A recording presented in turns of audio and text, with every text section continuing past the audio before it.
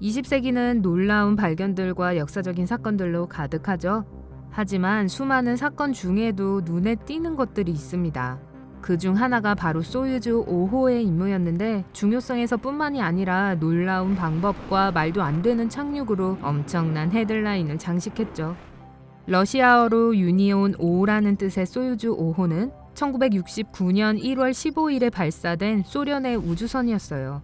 미국 우주 프로그램과 마찬가지로 소유즈도 각각의 우주선에 숫자를 붙였지만 소유즈 5호에게는 특이한 점이 있었습니다. 소유즈 5호는 4호가 궤도로 간 지 하루 만에 출발했죠. 이 두 우주선 사이에는 하나의 임무가 있었습니다. 유인에 의한 도킹과 승무원의 이송이었죠. 만약 그 임무가 성공한다면 인류 역사상 최초의 업적이 될 수 있는 기회였습니다. 이미 세 번째 시도였기 때문에 모든 것은 더욱 중요해졌죠. 소유즈 1과 3은 소유즈 2호와 도킹하는 임무를 완수하지 못했기 때문에 이번에는 기대가 높았습니다.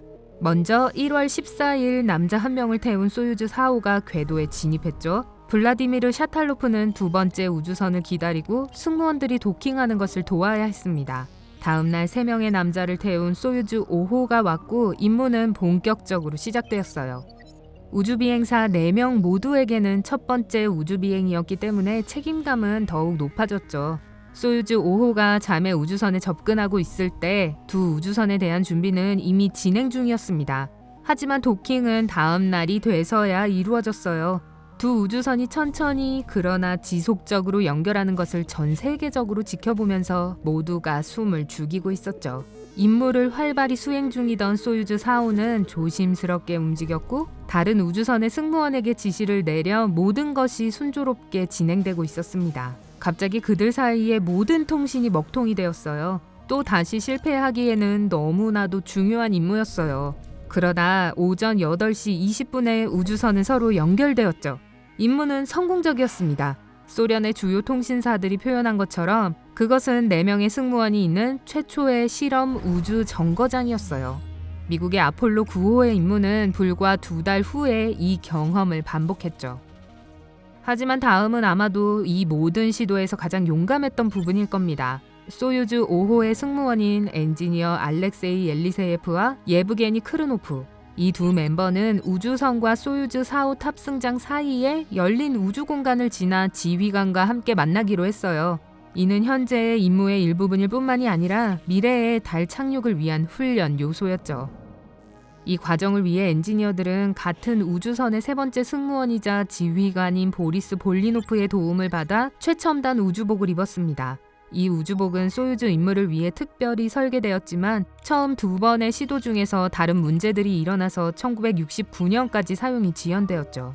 그리고 마침내 영광의 날이 온 겁니다. 지휘관 볼리노프는 부하들의 우주복을 확인했고 하강 모듈로 내려갔어요. 그는 소유즈 5호에 있다가 지구로 돌아올 사람이었는데 엄청나게 놀라운 방식이었죠. 하지만 어떻게 왔는지에 대해서는 잠시 후에 알려드릴게요. 우선 그는 마지막으로 모든 것이 괜찮은지 확인했습니다. 그런 다음 엔지니어들이 타고 있는 모듈을 감압시켰어요. 이제 그들이 다시 돌아올 일은 없었죠. 모스크바 텔레비전은 우주에서 일어난 모든 일을 다루었고 소련 시민들에게 생방송으로 보여줬어요. 크르노프는 제일 먼저 모듈을 떠나 남아메리카 상공을 비행하는 동안 라디오로 지상과 통신할 수는 없었죠. 그의 걷는 시간은 그리 길진 않았지만 갑자기 자신의 산소 라인 하나가 엉켜있는 걸 발견했어요. 그 다음으로 나간 옐리세예프는 자신의 파트너를 도와줘야 했어요. 둘이서 두 우주 비행사들은 함께 문제를 해결하고 대기 중인 우주선으로 계속 나아갔어요. 하지만 그들이 아직 모르는 게 하나 있었죠. 그 사건 때문에 옐리세예프는 궤도 모듈의 해치 밖에 비디오 카메라를 설치해야 하는 것을 잊어버린 거예요. 즉, 우주 유형의 영상이 존재하지 않는 걸 의미합니다. 하지만 비디오 전송은 여전히 진행 중이었고 저품질임에도 불구하고 몇 킬로미터 아래에서 두 우주 기술자들이 역사적인 순간을 만들기 위해 진공을 통과하는 것을 온 나라가 지켜보았죠. 그리고 그들이 이송을 마치고 소유즈 4호의 해치를 잠그자 지상에 있는 모든 사람들이 기립박수를 보냈어요. 완전한 성공이었어요. 그날 용감한 우주 비행사들이 성취한 것을 이 세상 누구도 전에 해본 적이 없었으니까요. 소유즈 4호에 탑승한 샤탈로프 지휘관은 팔을 벌리고 동료들을 환영했고, 궤도로 올라간 후 그 모든 것이 사실이라는 것을 증명하기 위해 발행된 신문, 편지, 전보를 그에게 전해주었습니다. 연결과 우주 유영은 실제였어요. 이 모든 것이 비디오로 녹화되었고 지구로 방송되었죠. 최고의 품질로 말이에요. 전체적으로 볼 때 두 우주선은 지휘관 볼리노프가 철수하기 전까지 4시간 35분 동안 연결되었어요. 그는 소유즈 4호 승무원이 출동한 다음 날인 1월 18일에 착륙할 예정이었어요. 문제는 소유즈 4호에는 연료가 훨씬 더 많았고 탑승자도 많아서 대기권에 일찍 다시 들어가 착륙을 해야 했던 거예요. 그래서 볼리노프의 도착이 늦어졌죠. 샤탈로프, 크르노프, 그리고 옐리셰예프는 1월 17일 아침에 우주선을 지구 쪽으로 향하게 했습니다. 하강하는 동안 지휘관 샤탈로프는 모든 사람들이 볼 수 있도록 비행에 대한 논평을 하면서 생방송을 했습니다. 다시 한번 이런 종류의 첫 번째 위협이었죠. 오전 9시 53분, 소유즈 4호는 눈보라를 뚫고 안전하고 건전하게 카자흐스탄의 눈 덮인 대초원 속으로 떨어졌어요. 몇 분 안에 구조 헬리콥터가 왔고 3명의 우주 승무원들은 모두 안전한 곳으로 옮겨졌습니다. 지상에서 관제소의 모든 사람들은 축하를 하고 있었습니다. 임무는 지금까지 엄청난 성공을 거두었고 뭔가가 잘못될 수도 있다는 확률은 언제나 있었으니까요. 볼리노프 지휘관만이 뒤에 남았지만 소유즈 4호의 하강 모듈이 성공적으로 착륙한 후에는 그의 안녕에 대한 걱정은 없었습니다. 그는 지구와의 접촉을 잃지 않았고 그래서 아무도 다음에 무슨 일이 일어날지 예측하지 못했죠. 정말 끔찍한 일이 일어났습니다.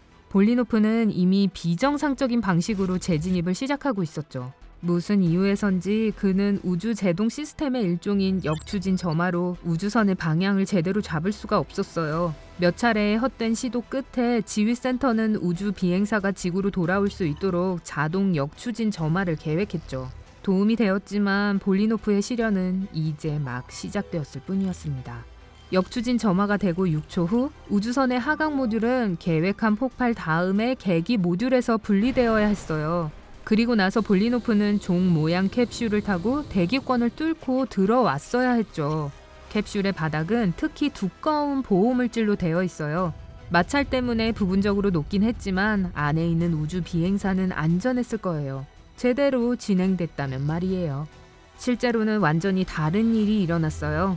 폭발은 두 모듈을 분리시키지 못했고 볼리노프의 캡슐은 잘못된 방향으로 대기권으로 다시 들어갔죠. 해치가 위치한 측면이었고 단지 2.5cm의 벽만이 그를 보호할 수 있었어요. 모든 계산에 의하면 마찰에 의해 최소 10cm의 재료가 연소될 수밖에 없었으니까요. 볼리노프는 죽을지도 모른다고 생각했죠. 그 다음 끔찍한 30분 동안 그는 자신의 주위에 매우 높은 온도와 압력 때문에 캡슐이 어떻게 파괴되고 있는지를 보고 느낄 수 있었어요.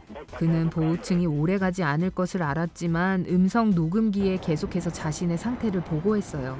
외부 하염이 모듈을 삼켜버리자 내부 온도가 계속 상승했어요. 어느 순간 열기가 해치를 파괴하기 시작했고 유독한 연기가 선실을 가득 채웠죠.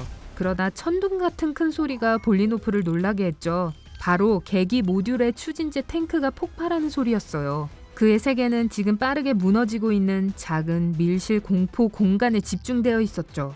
하지만 기적이 일어났어요. 두 모듈을 연결하던 버팀목이 마침내 부러졌고 더 무거운 쪽으로 당겨진 캡슐이 넘어져 원래 의도된 대로 보호하는 측면으로 대기의 광란을 직면할 수 있었죠. 볼리노프는 엄청난 우연 덕에 살아남은 거예요. 하지만 이게 끝이 아니에요. 흔들림으로 모듈은 길을 잃고 날아갔고 선이 얽혀서 낙하사는 부분적으로만 펼쳐졌습니다. 그래서 다소 평화롭게 땅에 떨어지는 대신 안에 사람이 들어있는 캡슐은 하늘에서 바위처럼 떨어졌죠. 그리고 마지막으로 설상가상으로 연착륙 시스템도 제대로 작동되지 않았어요. 모듈이 땅에 닿았을 때 그 충격으로 볼리노프는 맞은편 벽으로 튕겨져서 이빨 몇 개가 부러졌습니다. 소유즈 5호는 의도된 착륙 지점에서 거의 563km 떨어진 곳에서 착륙했어요. 먼저 볼리노프는 캡슐 안에 누워서 살아있다는 행운만으로도 감사해했죠.